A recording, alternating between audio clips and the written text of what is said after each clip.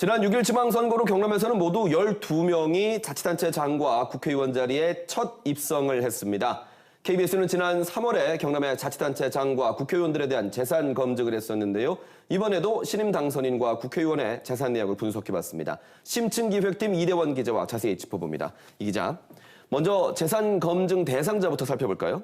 네, 최근까지 공식 재산 검증이 안 된 자치단체장 당선인은 모두 11명입니다. 네. 이번 보궐선거에서 당선된 김영선 창원 의창 국회의원도 사선 의원의 타이틀이 있긴 하지만 경남에서는 첫 입성이기 때문에 이들을 다 포함해서 12명을 선정했습니다. 네, 일단 궁금한 게 평균 재산이 얼마나 나왔을까요?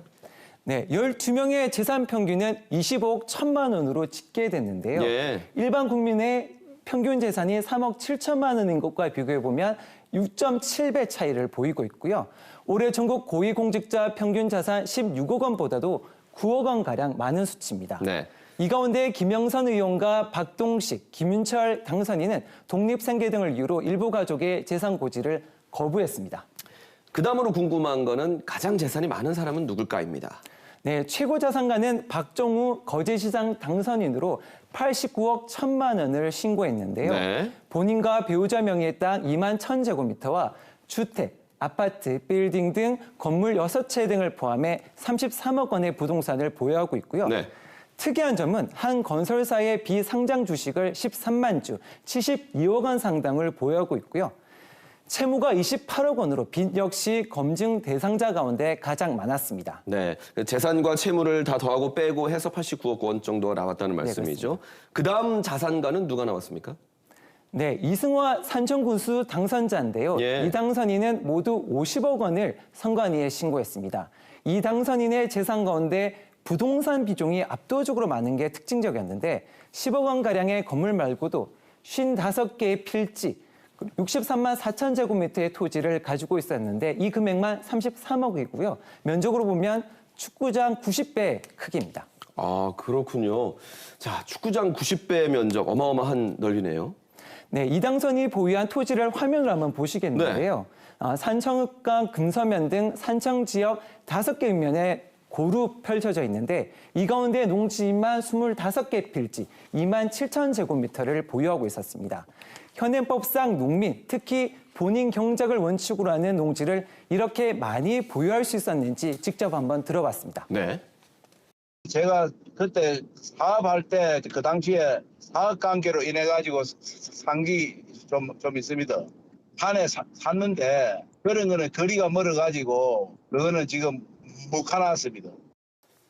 지난 3월에 재산 검증을 할 때 지역에는 자가 소유의 집이 없고 서울이나 수도권 등에만 집을 보유하고 있는 단체장과 국회의원도 짚어보지 않았습니까? 혹시 이번에는 어땠나요?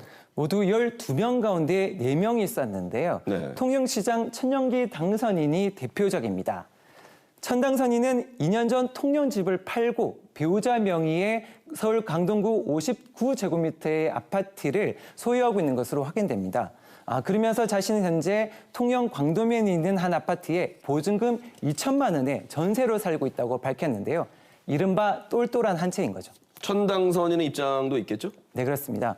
솔집 매입은 투기 목적이 아니었고 통영 아파트는 정부의 1가구 2주택 제한 때문에 팔았다는 입장인데요.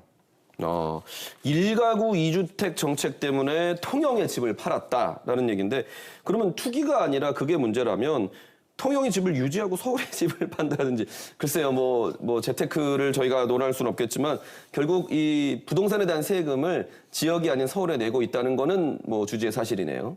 맞습니다. 시민단체들은 지역 정치인들의 이런 행태에 대해 예전부터 꾸준히 비판해 왔었는데요. 자, 또 정작 자신의 지역구에 집이 없는 당선인이 또 있습니까? 네, 홍태용 김해시장 당선인인데요. 홍 당선인은 본인 명의로 3채, 배우자 명의로 4채, 자녀 명의로 1채, 부산과 밀양, 김해, 양산, 서울 등지에 모두 8채를 보유하고 있었습니다. 말 그대로 다주택자인데 정작 김해에는 전세금 1억 원짜리 아파트에 살고 있는 것으로 확인됐습니다. 김해시장에 당선이 됐는데 8채 중 정작 김해시에는 집이 없다는 얘기예요. 홍 당선인의 입장은 무엇입니까? 네, 홍 당선인은 비록 김해에 소유한 집은 없지만 15년째 김해에서 병원을 운영하면서 지역 경제에 보탬이 됐다고 말했는데요. 그러면서도 향후 부산 집은 팔겠다고 했습니다. 직접 한번 들어보시겠습니다. 네. 선거 기간 중에 그런 논란들이 있어서 올 연말이나 내년 초 정도 되면은 김해 쪽에 부산에 있는 아파트를 매각을 하고 이사로 올 계획을 결정을 한 상태입니다. 앞서 지역에 자가주택이 없는 당선자가 4명이라고 했었는데 그럼 이제 2명이 남았네요. 네, 홍남표 창원시장 당선인과 김영선 국회의원인데요. 네. 홍 당선인은 서울 여의도의 151제곱미터, 21억 원 상당의 아파트를 소유하고 있고 예. 창원에는 출마 의사를 밝힌 뒤 진해구 아파트를 보증금 2천만 원에 임대한 것으로 확인됩니다. 김 의원은 서울 국회 인근 172제곱미터 규모의 오피스텔을 보유하고 있는데 선거 기간 창원 의창구에 보증금 없이 월세 아파트를 구해 살고 있다고 말했습니다. 네. 자, 이제 지역의 일꾼이 다 됐습니다. 그러면 혹시 지역에 주택을 마련할 계획이나 생각이 있을까요? 네, 천연기 당선인은 서울 집은 팔겠다는 말은 하지 않았고 네. 다만 통영에 집을 살 계획은 있다고 밝혔는데요. 예. 반면 홍남표 당선인은 창원에 집을 살 생각은 없다고 확실했습니다. 김영선 의원은 이에 대한 공식 입장을 아예 밝히지 않았습니다. 네. 공직자의 재산 공개는 매년 하지 않습니까? 네, 그렇습니다. 매년 하고 있습니다. 네. 저희가 이 공직자들의 재산에 관심을 갖는 이유는 많고 적음을 따지기 위함이 아니라 이분들의 재산 형성 과정이나 또 우리 서민들과의 이런 주택 정책을 어떻게 펴나가는지를 아마 들여다볼 수 있기 때문인 것 같은데 계속해서 주시하실 거죠? 네, 그렇습니다. 네. 이대환 기자였습니다.